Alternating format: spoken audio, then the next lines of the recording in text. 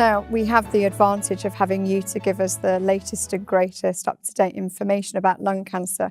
When I was at medical school, I was taught that if a patient had a cough that lasted more than 3 months, if they coughed up blood, obviously patients who may present with metastatic disease may present with weight loss. But now we image people for so many different reasons. CAT scans of the abdomen, CAT scans of the pelvis. We're seeing the lower third of the lung when somebody has an abdominal CAT scan for abdominal pain or any of the multitude of reasons why somebody might get imaged. And I'm sure lots of patients now are getting CAT scans of the chest.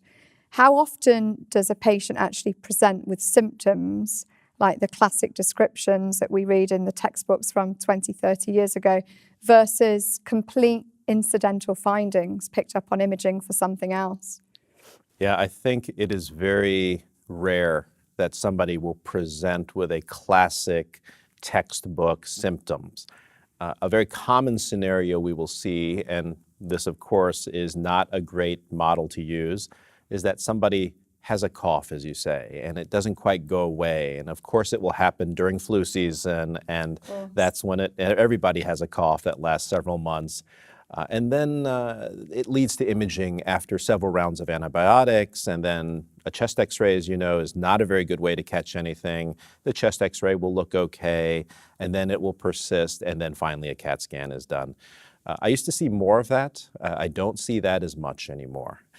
It is really insidious on how these symptoms can occur, and very shocking. People, they feel they're healthy, that they just were under the weather, and then all of a sudden they're diagnosed with something like lung cancer. Mm-hmm. So it is very a startling diagnosis. Anytime somebody gets diagnosed with cancer, it evokes a totally different feeling than if you have any other type of medical condition. I think that's why you and I are in the field, because it does evoke that different emotion, and people feel a sense of helplessness, and they want help. And I do think there's much more awareness now about different types of cancers and the prognosis. I think if people are watching the TV, I think many people know that certain types of cancer like pancreatic cancer and lung cancer historically had a very bad outcome. To patients when nobody wants to hear the diagnosis of any cancer, but when a patient hears the word lung cancer, many patients do know that historically resulted in a bad news, bad outcome.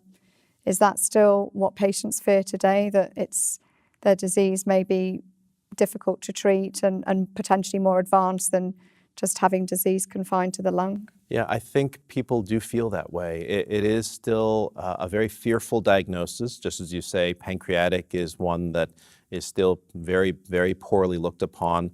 Lung cancer, I think, evokes a lot of fear. What is a little concerning about lung cancer is it's not just the 70-year-old Caucasian male who's been smoking their whole life. It is younger people now being diagnosed. Many more women are being diagnosed. And so it's affecting people at a younger age, and I think they're just not prepared for that. You shouldn't be 40 years old and being diagnosed with stage 4 lung cancer. Do you think we are diagnosing more cancers now? Or do you just think that we're better off at picking up cancers that were already there? Or is it a bit of both? I think it's a bit of both. There are certainly places that get accused of over-testing, and then there are certain places that get accused of under-testing. I know patients even feel some of them don't want to have testing done. I'm personally not someone in my own self that wants to have a lot of tests done, but I will be happy to do it for folks who want to, who come and see me. So I think it's just philosophical differences, but there is certainly more testing out there. There's certainly more awareness, and I think things like the internet have connected people throughout the world to talk about these things. Now, we've talked about, obviously, the association of smoking and lung cancer. So a patient comes to see their primary care, or you're already a smoker and you have a cough that goes on, or whatever it may be. There's almost a red flag for most doctors that smokers are at increased risk of lung cancer. Does that mean that if you're a non-smoker and you have a chronic cough, or that these patients are presenting later because that alarm bell has not gone off because there is not that association? I think that absolutely happens. If you're an internist or a family medicine doctor and you have a 40-year-old female in your office that has never smoked and there's a lingering sort of cough or some other undercurrent illness, you don't jump to a CAT scan of the chest right away, or you don't think cancer right away. And I think we need to retrain, re-educate our doctors that there should be suspicions of cancer. We know that there are many young people who can get cancers, and it shouldn't just be because you either feel a mass or measure an alpha-fetoprotein level or something. Sure. Now, when we talk to patients about statistics and we say X number of thousand patients a year are diagnosed in the world, in the United States, with various cancers, it's hard to understand that as an individual risk. We know that 1 in 8 people get breast cancer, 1 in 6 men in the United States are getting prostate cancer. What's the incidence of lung cancer right now in the United States, and what's that split male to female ratio looking like? Estimated number of cases per year is somewhere between 225 and 250. It sort of fluctuates around there. It is still the #1 cause of cancer-related death, and that's, again, very startling. In the United States? Yes, in the United States.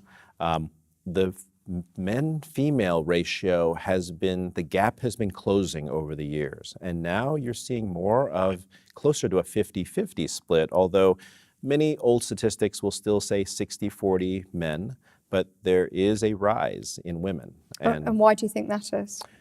I think there's different types of lung cancer that are emerging, again, in the never smoking population. I think also that women were influenced in the 70s and 80s, again, by Virginia Slims and other environmental factors that led to more of them smoking. And now although they're former smokers, it's beginning to catch up.